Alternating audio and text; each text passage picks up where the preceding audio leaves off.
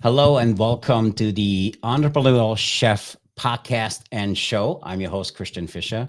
I started this show because I've been in the shoes where you are as a chef, where you wanted to create something different, where you know you are meant to do more. Let us help you to do more with the people we bring to the show as your guests and as our speakers. With that, let's get going.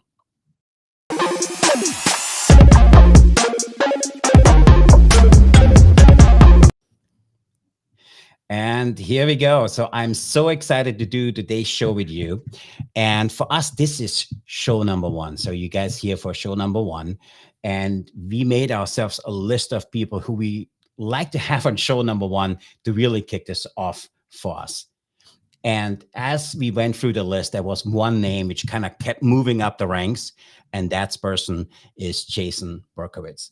Jason Berkowitz is not just only the founder of the Aero Up training, and where he focuses on low risk and liability through safety, compliance, leadership development for restaurants. But what I really, really love about this guy, he went through the things all business owners, all restaurateurs, or entrepreneurs go through, which is, I know I'm meant to share my story. I know I'm meant to do more. He took that risk and he calls himself, he was from a regular worker to a COO. With today, I want to welcome Jason Berkowitz to the show. How are you, Jason? Hello, hello. Insert self applause. Applause to you. Applause to me. To everybody listening for taking the time. For all of us to take the time to plus 1% every day. That's a hell of an intro from a hell of an individual. So thank you, Chef. It's an honor to I be here and appreciate this. kick this So off. our show is about making that leap. There's so many people which know they want to do something else, and what COVID did for the industry is really exposing how fragile the culinary industry actually is. And there's so many transferable skills. Culinarians, chefs, restaurateurs have it because of the nature of the industry. How could they take advantage of it? And with that, I want to have first a little intro about you because you made that pivot. You were in those shoes where you said, I need to do something else. So for the next few moments, if you don't mind, tell our listeners how you got started and how you created Aero Up Training. Yeah. The origin story is 14 years old at Burger King, where I dubbed myself the King Whopper Topper and beat everybody faster, quicker, cleaner product. And then they kicked me the hell out of the kitchen. So, hello, chefs. I'm far more FOH than BOH, but I had to learn FOH and I always jump back and respect. And as a COO, protect it and really understand where the heart of house is. And most recently, and had an incredible career of being able to work with some of the greatest chefs in the world, really putting training programs together for, I mean, we've worked together across Zooms and whatnot, but we haven't been in the Mhm. trenches together, Chef. But from Massimo Bottura to Chris Costantino, just incredible chefs, and really learned some tricks of the trade. Most recently, though, as you said, it was pre-pandemic. It was about 5 years ago. I was chief operating officer for a company. We were raising capital. I was in the boardroom, and I'm doodling sayings, time to burn, time to learn. It when we're really raising a lot of money. And I was like, yeah, I gotta go. And I had realized that I'm great at scaling restaurant groups, which I had done for years. And you would bring me in because you had a concept that worked and you had 2 units, 5 units. Let's figure out what the scales, let's figure out what the systems are. Let's figure out what the culture is. Let's make sure everyone understand what the expectations are and grow. And I love taking it to about under 20 units. And then Mhm. beyond that, there should be systems and everything in place that and infuse the capital that you can grow. So to me, that pivotal moment was I'm a trainer. I love training. I've taken myself up to the point, you know, I, what's it what was interesting was I one of the businesses that I worked with, Umami Burger, I came on board as a Mhm. trainer, kind of bullied my way up to be the VP of operations because I knew I needed to oversee operations to make sure training had what they needed. Yep. And so anytime I rose to a position above, it was really to take care of the team and then to COO. And the first thing I did as a COO was nobody talked to me for 30 days. I'm going to build a training program. And I did that in most companies. Don't talk to me. Hmm. I'm putting on a coat. I'm going to figure out everybody's position. I'm going to document it, and then we're going to grow. And so that was it. So I started Aero Up Training. And as you said, we started health and safety, and we've been moving on and really building some incredible tools for restaurants. It's an amazing story, and every time you tell me the story, I I know how I felt. As I said, I wanted to start something else, but for me, every time you tell the story, it kind of brings me back on how many people are in the position you are, and how many people know that they have those transferable skills but don't have the guts. It takes a lot of guts to do Mhm. that. So with that, what inspired you to start Aero Up Training, and what has been the most rewarding experience owning or managing um, the Aero Up Training piece so far? You know, probably the biggest inspiration is the idea that understanding that the culture of restaurants is ever evolving, but there was a really big shift that was going on, and you had Me Too and whatnot. And I'm a believer of old school wisdom, old school respect, new school style.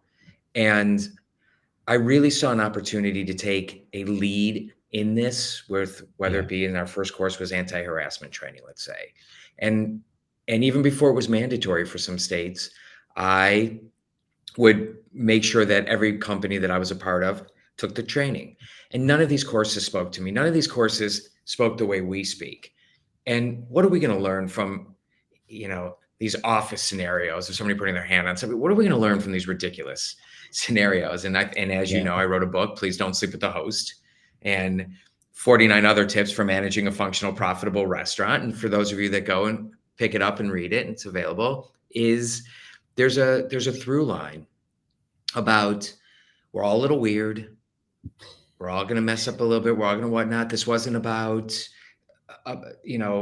overstepping the bounds of power dynamics. This was about culture, and this was about things that we can do to build a healthy culture.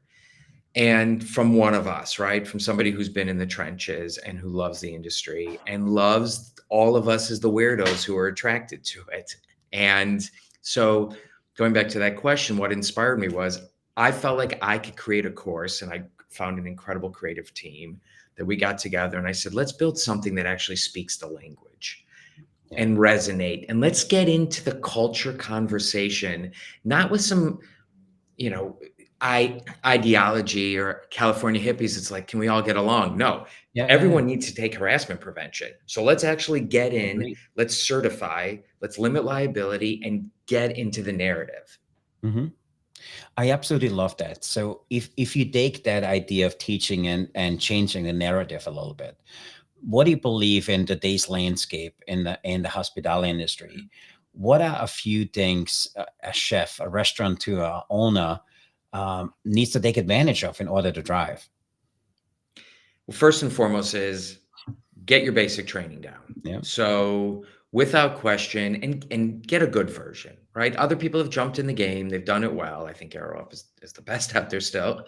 But whether it's needed or not, every state, no matter where you are, make sure you get your OSHA safety, your anti-harassment, cover your workforce safety. This became a big conversation. And don't look at it as like an eye rolling. Look at it as an opportunity, as a Trojan horse to start to build things in. So first is get your ducks in a row. If Yeah. you got two people that are working at two locations and you're not paying them overtime because it thinks it's this, get it done. You're coming into, you're coming into the new year, it's a perfect time to clean up. Yeah. So get in and take care of the blocking and the tackling. Make sure everybody has this. Then the second thing is make sure you have a good onboarding program. Hmm. I just think your standard operating procedures are your baseline. And it comes down to this: culture can only grow authentically and beautifully, especially if you're looking to scale and build a business, if you have the structure and the systems in place that holds everybody accountable consistently. Hmm. That's what you need. Everyone just wants to know two things: what's my job? How am I doing? What's Yeah. my expectation? How am I doing? Get that covered. Start with the basics of onboarding. That's the first thing to then build on top of. That's your foundation. And I really believe it. And you know what else?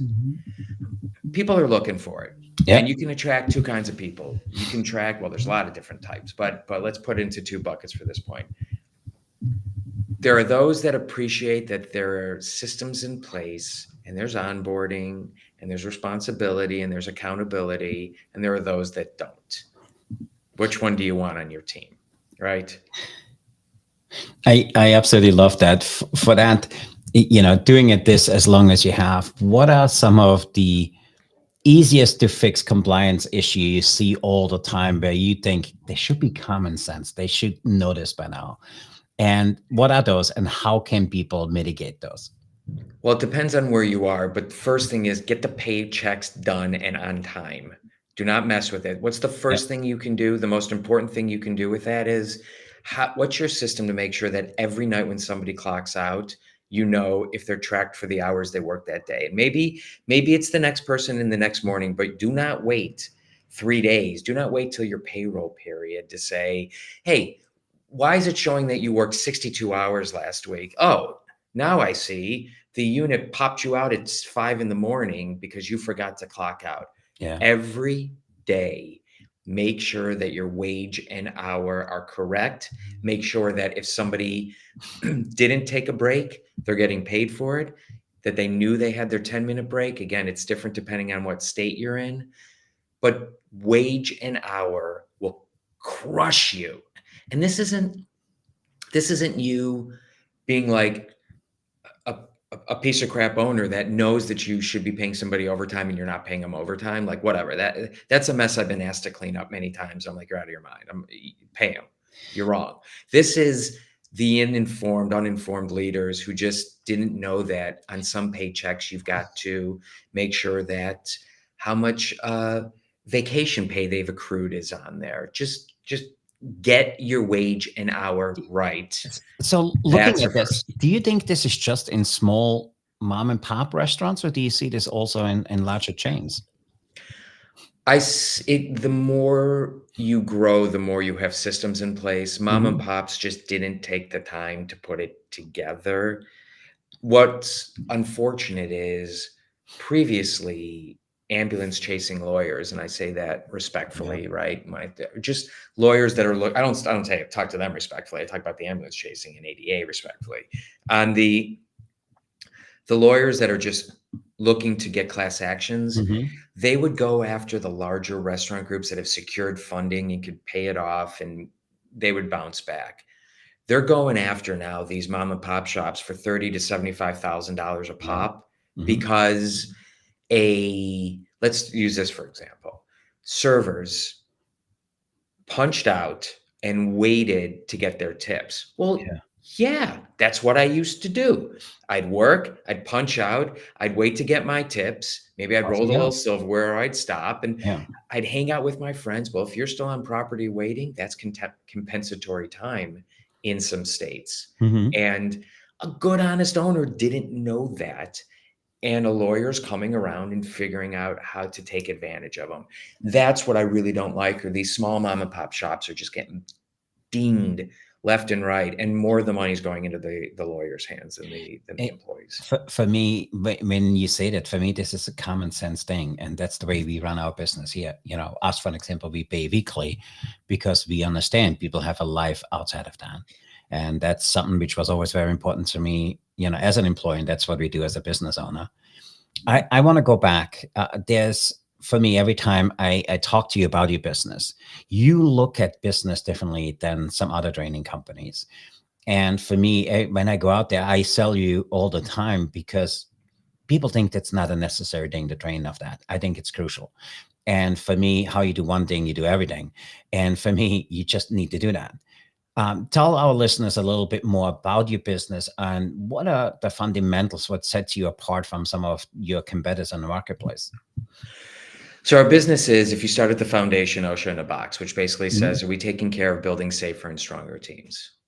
With that in mind, we've built on it. We started with anti-harassment. We moved to safety. I had then insurance partners say, well, Yeah. can we sell your courses as a value add or actually give it and we paid for you? I was like, well, that's cool.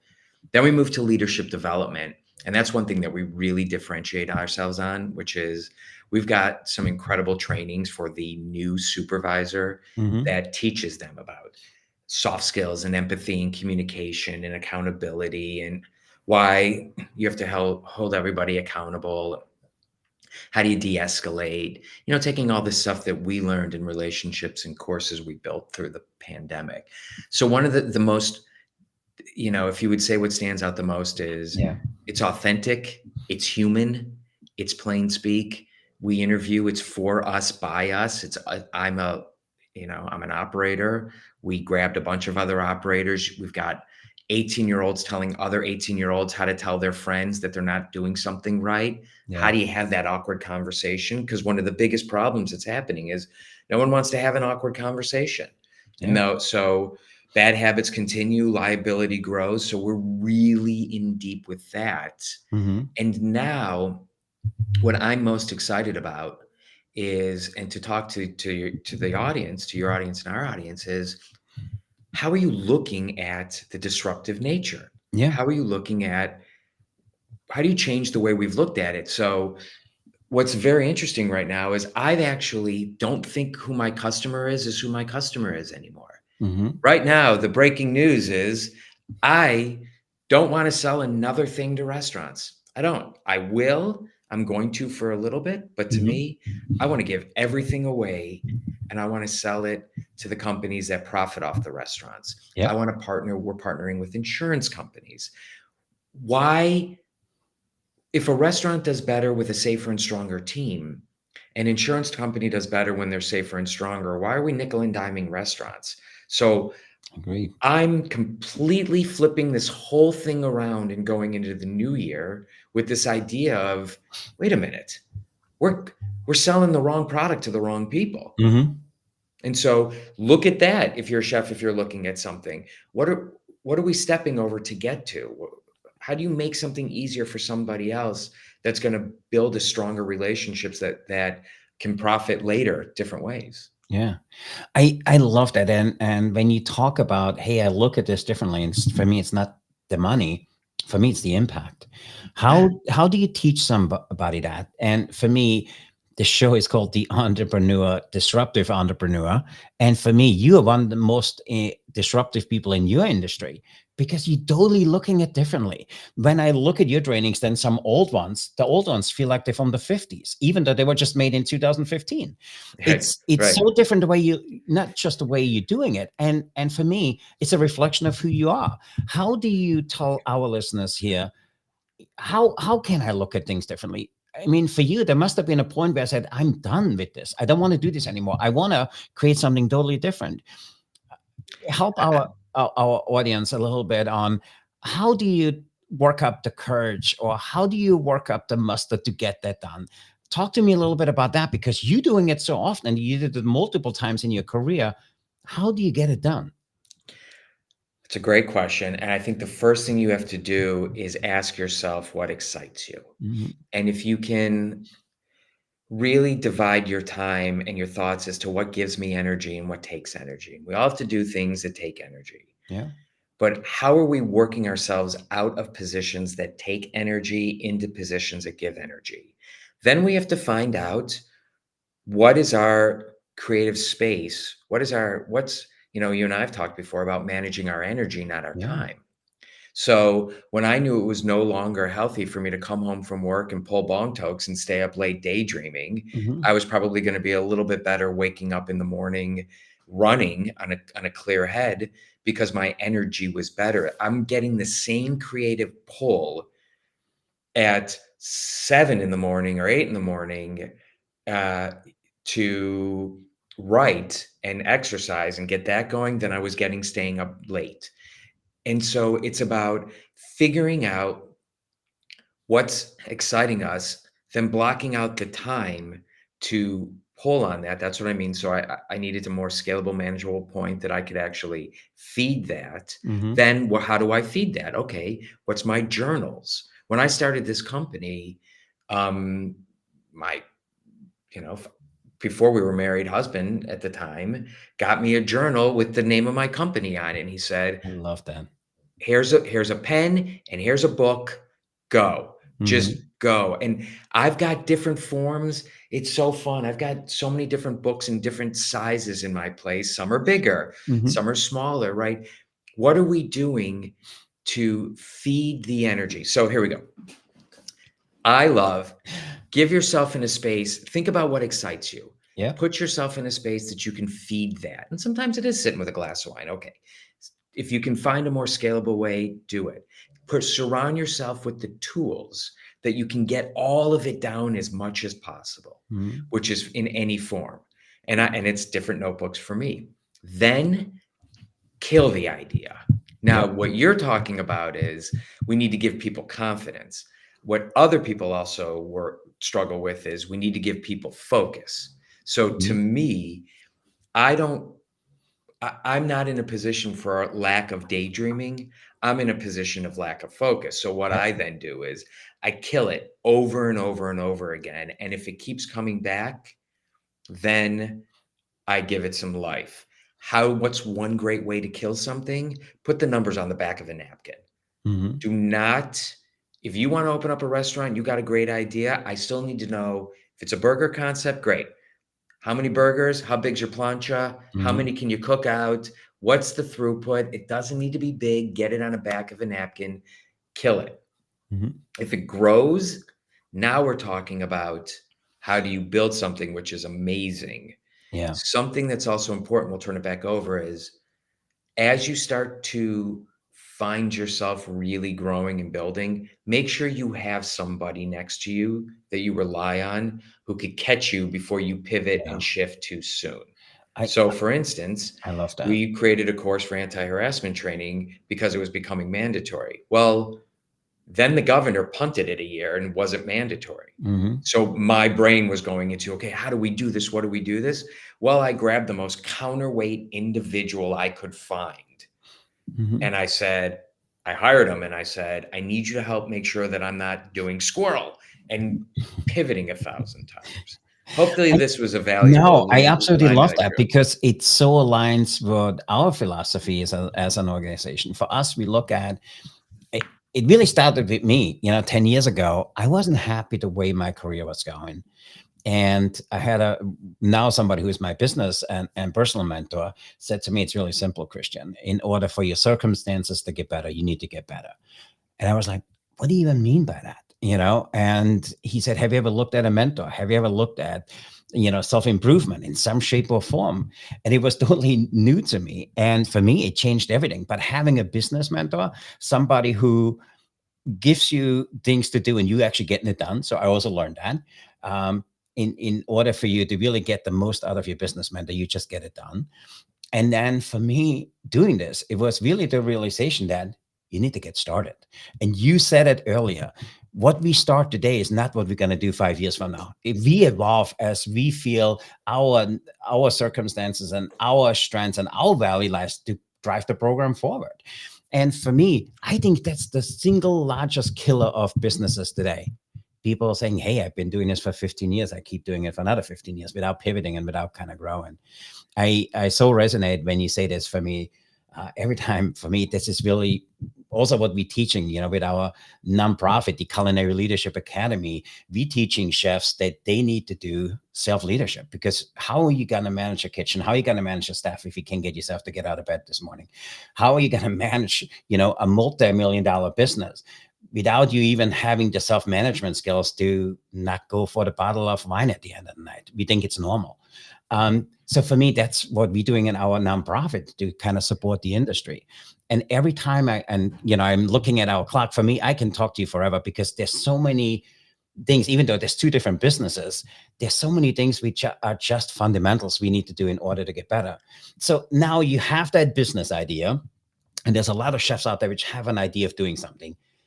How did you pivot in to start something? Give us a little bit of an idea of what was the process for you from idea to inception. So something to really think about too is somebody listening might have an idea and they're maybe scared to try it and they're maybe Mhm. scared to succeed and scared to fail and all these types of things. You have to respect what's holding space and you can't give something the permission to hold space for that long. I don't care if it's a monologue to leave somewhere, to stay somewhere, to start a business. When we're holding space of an idea, we might daydream forever about it. It can't hold space without paying rent for forever. And so we're doing ourselves a disservice to not actually kill it, get rid of it, or build it, right? Yep. And it can't live there, and that's with all things. So that was something that I wanted to kind of carry over from my last part. Going to what you're talking about, it all begins to me with a pro forma. Hmm. And grab somebody who doesn't. It's a vision. It's it's getting it to me. It's Google Docs. It's writing it all out in Google Docs. Then it's formatting it further and further down, sharing it with somebody when it's right, not too early. Do not go to your friends and use it too soon. Do not go to craft it a little bit, and don't underestimate the power of formatting. Just Hmm. clean it up. With AI today, it will clean it up for you. So clean it up, get it together, and then try to put a little bit of a business plan together with something. But Hmm. the thing that a lot of people, I, I've been guilty, and I'm probably going to be guilty of this for this next business I'm going to start as addition because I'm really excited by it. Is you know going out and asking people if they want it first. Google AdWords is an incredible way to know if there's a market. Sometimes disrupting doesn't mean you build the new thing in the world. It's just finding a better way to solve a problem that people are Yeah. looking for. So don't be afraid to figure out if people don't want it. That's okay, because then it doesn't live in your head anymore and it doesn't earn space without paying rent. Get rid of it. Or find out people want it, and now you got something to work with. I, lo- I love that. So that brings me into my last question. And by the way, my staff just handed me some rapid fire questions, which I really curious to do with you. But my last question for today, and I want to be respectful Breaking of your news. time. So, No, what it's is okay. this? What is an advice you have for chef, restaurateurs, entrepreneurs in our space for staying not just adaptable in this fast-paced industry? What advice do you have for them not to give up? First off, make sure you're managing your energy. Are you Hmm. running? You're a warrior. You're an athlete. This is what this is. You're on your feet. Our friend Troy Hooper loves that. One of the in my book, Please Don't Sleep with the Host. One of the things I say is change your socks mid shift. It's things like that. So, what are you doing? Are you lazy, or did you actually get better shoes when the soles wore down? Did you get new ones? Are Yep. you proactive in doing those things that matter? Are you changing your socks? Are you drinking enough water throughout the day? Are you realizing that the 4 o'clock cappuccino isn't as good as the 4 o'clock? Or are you at least adding 2 glasses of water? Are you doing things because if you're exhausted, you're never going to be in the right position to make Love that. So true. scalable moves. So the first thing is, how are you being the best athlete that you would be? If you were a coach and somebody had you on their team, would you Mhm. say this player is showing up at least to the best version of themselves? And if not, I would say you start with that. I Then love the that. next I thing love you that. do is you work yourself out of the BS that you don't need to do. It is amazing how many times we will watch somebody fiddle with getting the Wi-Fi right over and over again because it went down, and they'll spend 100 hours on it as opposed to taking 15 minutes of calling somebody and getting it done right the first time. I absolutely love that because it's so true. For me, as I had to learn things, I think there's two ways of doing it. You can do it yourself, and you pay for this in the long run, or you hire yourself a coach, you hire yourself a mentor, and you can take that learning curve and cut it down, but you pay the same amount, but you further ahead. And this is something we always preach in our programs. If you want to achieve something, talk to somebody who has done it. They know exactly what to avoid and how to get it done. And it just, for me, everything starts in the conversations we create in Word. So it's awesome. So, And if by the you way, have an idea and you're mhm, not following through with it and at least trying to see it if you fail or whatnot, then you're not 100% on the yeah, things that you can commit yourself to. love So you're that. doing a disservice to all the other stuff. It's okay if it doesn't work. It's not okay if you just are always halfway in that boat. So true. I really, really love this conversation. So I want to be respectful of your time. Are you up for some rapid fire questions? Let's do it. We'll figure it out. Game So the on. first one here, and it's if you make sure be careful what you say because people are gonna be really mad in some of those answers you might give. So As long what as you is don't ask me one to or choose two brands. what are one or two ingredients you would ban tomorrow if given the opportunity? Oh, wow. Guess what? I don't like lamb and goat cheese. Sorry, everybody. I think that you should absolutely cook it. I wish I loved it. Every year I try it. I've worked with the king of offal, right? However you want to Yeah. say it. All of this, even down to Tom Colicchio and everybody who served me alligator and all of this. No, I can't eat it. I know. Sorry. You, you just made a few people very mad. What do you Absolutely. think is a chef's tool or culinary tool which is way overrated? Oh, ego. Oh my god, I love it. Oh no. That's a good Um, one. so what classical dish would you radically reinvent if given the opportunity and why? Let's see. You're coming into. I want to see somebody. I want to see somebody radically improve eggplant parmesan. It's a funny thing. It's a simple thing, but sorry, chefs. Again, I'm telling you, I'm FOH. But I've seen people start to do it, and I think there's a. We're going to make it for Christmas, and I need to understand how to change it. And I want it to be different, and I want to figure it out. So, we can come back to deviled eggs. We can come back to the amuse bouches. I can go. I can talk forever. I want to see eggplant parmesan. I think there's a whole culture which is very upset with you right now. So, Absolutely. what I dish opened up have the you? #1 Italian restaurant in the United States. They're going to kill me. I love it. So, what is one dish you created, but you broke all the rules? Eggplant parmesan. No, I'm just kidding. You know what? I don't get to answer that question, being that I'm not fully trained in that sense. I cook with jazz, Mhm, and I really am a good jazz cook in the sense of I throw a little of this and a little of that, and I saute and I really do it. And I'm really excited to use dry spices. I've been using dry spices and olive oil on top of things to make it healthier. mhm, So I'm really getting good at the basics a bit of jazz with this, but then pulling spices and going to the market and getting things and playing with stuff and then topping it with harisses to replace the sauces and mhm, stuff like that. I love that. But what's really interesting is I'm about to go into my recipe phase of my life. mhm. I'm literally about to start to cook with recipes again for the first time in a long time. I love that, and I think we all need to take that sometimes. In some of the kitchen I managed, bakers always felt they were better chefs than regular chefs because they followed the recipe, and it's all about following the rules. Our last question for you is: what one food do you believe will define the future of cuisine? Oh, are we talking about a whole genre or an actual protein? Or are we talking about One or the other. What is one of the ingredients which you feel will totally change food for the next few years?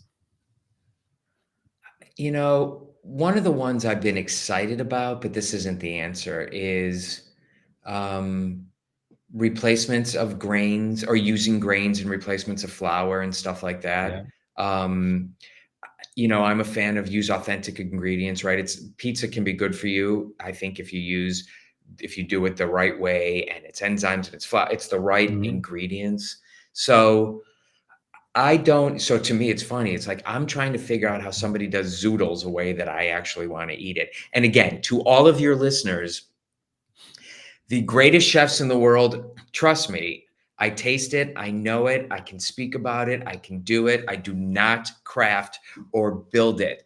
I really go back to the simplicity because I'm telling you, I Reggiano Parmesan. I never Mhm. really understood. So if you want to ask me, Reggiano Parmesan could literally be an ingredient that changes any any person that wants to impress anybody on a date and cook for them in any way, shape, or form. Get the right Parmesan Reggiano. Let me say it Mhm. correctly.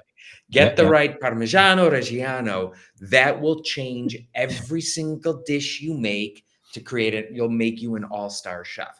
I love that. That's Myself, so true. I love getting into I love getting into the Korean culture of foods. I Mhm. mean, to start to go to the Korean markets and to really see these spices, like I said, I'm looking for those things. That's also, so I'm not answering the question, but I'm telling you, it's just there's a world of flavors that explodes. I love it. And then what I love to do is how do we pair the beverages with it? I My love thing that. is you make the dish, then you come to me and you say, what are we pairing with this for the guest? Then I'm in. I love that. Hey, I'm native Austrians. We do amazing desserts. So I'm usually the one which brings the good desserts. So, Jason, that was an amazing conversation. I appreciate the gift of your time. Tell our listeners how they can get a hold of you and how they can follow you and stay in touch with you. Jason at Arrow Up Training, arrowuptraining.com. LinkedIn. We love Mhm. LinkedIn. Jason D. Berkowitz. Follow me there. Connect. We're, as our friend Sean Walchef says, we're all weirdly available. JD Burko is my Instagram handle, but I'm not that good there. That But is, you'll definitely find me on LinkedIn, jumping in with Chef Christian and everybody mixing it up. yeah, no, I appreciate it. I always love the thought-provoking questions you have. And for me, hopefully my opinion on it too irritating. But for me, I love the way you look, not just on business. I love your outlook on life. And I'm super excited to have you as our first guest on our entrepreneur show here. I'm super excited. Thanks for the gift of your time. And to our listeners, if you haven't done so, please follow Jason on any of the channels he just mentioned. Check out Arrow Up Training. I think you will find it is the most available training out there, not just available from what it does, it's really connectable. And if you look at one, you will be a fan of Jason forever. Also, if I you will. haven't done so, if you really like what you heard today, please make sure you postmark this, make sure you share it with a friend if you find there's some value in what we bring to you. We started this because we want to shoes you are where you knew you meant for to do more and you wanted to do more, and let us teach you through our tricks and the things we learned over the years. So until next time, I want to say thank you for being here today. Welcome to be part of this group. And remember to disrupt the kitchen, fire up your career, stay hungry for change. I'm Christian, your disruptive chef entrepreneur. I'm signing off. Be the change, be the challenge, and set the world on fire. Thank you, Jason.